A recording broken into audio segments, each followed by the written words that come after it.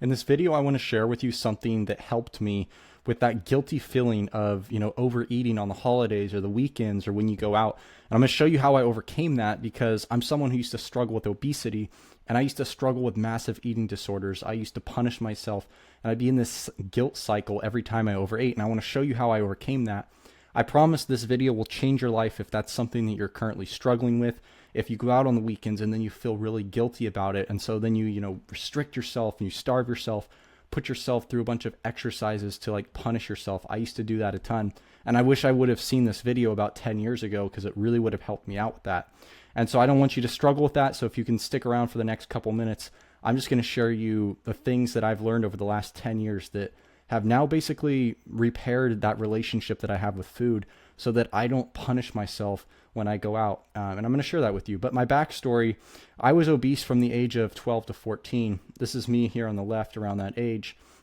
And I struggled with massive eating disorders for a lot of years. And I was constantly, losing weight and then gaining it back. And I would feel super guilty and I would torture myself for screwing up. And once I figured out this framework, it all changed because I just saw it a completely different way. And now I've maintained abs for about the last 5 years. And yeah, I've repaired my relationship with food. I've coached hundreds of other people to transform their bodies. And this is how I help them out with this process because this is something I see a lot, right? It's really easy to get your emotions involved after you've gone out for the weekend. And I just want to help you with that process. So I want you to know that like all fitness people screw up. If you're on social media, everyone acts like they're perfect. But no matter how good someone looks, they always, they at some point will screw up and they just don't admit it. And the only difference between people who are, fitness experts and people who are beginners is just how they handle the situation. And, it's really easy to fall for that guilt trap like I did for a long time. And so I'm just going to share with you, my opinion, my expert opinion, since I've been in fitness for a long time of how you can adapt a different mindset to overcome this. I clearly remember one time where I had been making really good progress for a couple of months. And then one weekend, I kind of went off the rails and it turned into, a whole week. And by the end of the week, I had gained over 12 pounds. And I remember one day I just got up and I just felt gross. Like, your face feels like puffy. You go into the bathroom, you step on the scale and, you look in the mirror and you're just all like, you feel bloated and just kind of gross. And when I stepped on the scale, I saw the number 182. And about a week earlier, I was 170. And so when I realized I'd gained 12 pounds in 1 week, my first instinct was to punish myself. And I just remember thinking, like, I'm not going to go to bed. I'm not going to eat. I'm not going to do anything until that scale says 170. And so for that entire day, from about like 8 in the morning till 10 o'clock at night, I did basically as much exercise as I possibly could. I didn't eat anything. I barely drank any like water, anything. I was just running, doing cardio, doing push-ups, just doing everything that I possibly could that entire day. And I did do it. I went down to 170 by the end of the day, but then it just hit me. It was like, I can't do this forever. Like I need to figure out a way. And so once I figure this out, right, what happens is when you mess up, your emotions step in and you start feeling really guilty and bad about yourself. And then your thoughts start to pop up, right? We have about 70,000 thoughts per day. And since you're in a negative emotional state, your thoughts start to create ways to overcome this pain, right? They're looking for, pleasure seeking things that are going to, cover up this pain. And so your thoughts start saying like, hey, what would be really good right now is that piece of cake that's in the fridge. And then your logical side of the brain says like, well, you already messed up. Like, one piece of cake isn't going to do that much more. And so your logical brain starts to justify it. And then you eat that piece of cake and then you feel more guilty. And then your thoughts come in again and they say like, well, what would be really good right now to help with this pain is like Chinese food. That sounds really, really good right now. And then your logical brain says, yeah, like I know you already messed up, but like you were on track for like 2 months. Like you kind of deserve this. Like it's okay. It's okay.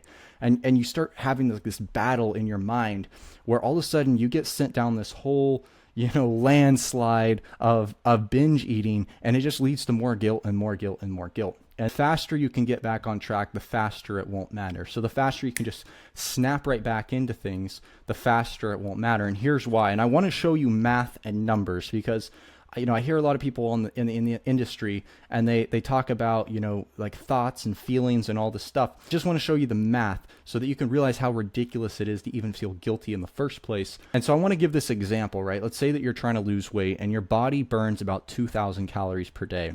So you've been trying to aim for like a 500 calorie deficit. So you've been aiming to, eat 1,500 calories. So on Christmas, let's say that you overate, 1,000 over your goal. So you had 2,500 instead of 1,500. Now you feel super guilty because you screwed up. And all this means, we have to remember back that your body burns 2,000. So even though you feel like you screwed up 1,000, you only went 500 calories over your maintenance calories. And so 500 calories is literally 1/7 of 1 pound, right? And so when you step on the scale and it's up 3, 4, 5 pounds, you feel like you gained 5 pounds. Most of that's water. You really didn't do much damage, right? You only gained 1/1/7 of a pound. And the crazy part is that if you get back on track in that deficit, literally one day later, you will burn that fat that you gained. Literally just one day. And you step on the scale and you see that 5 pounds and you start to feel hopeless because you're like, man, that's going to take me forever to get back. But it's literally going to take one day. After a couple days, that water weight comes down, you burn that fat, it literally like erased after one day. Let's say that you went way over on your calories, right?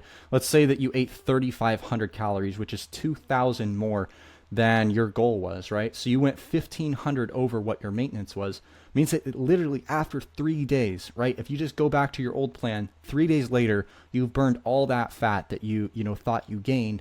All the water weight's going to drop as well. You're going to be right back to where you were. And so you might be freaking out thinking like, oh my gosh, I gained so much weight. It's literally only going to take a couple days. Okay. And that's kind of what I want you to get through. I want you to, as soon as you feel guilty, think about, okay, well, what are the actions that I need to take and how much damage did I actually do? And the thing is, if you're not tracking calories, then it's going to feel very, very unorganized. It's going to feel very emotional because you don't know how much you went over. But if you track your calories and, you're kind of mindful of how much that you ate, even if you're not 100%, right? Sometimes at holiday parties, it's not going to be 100%.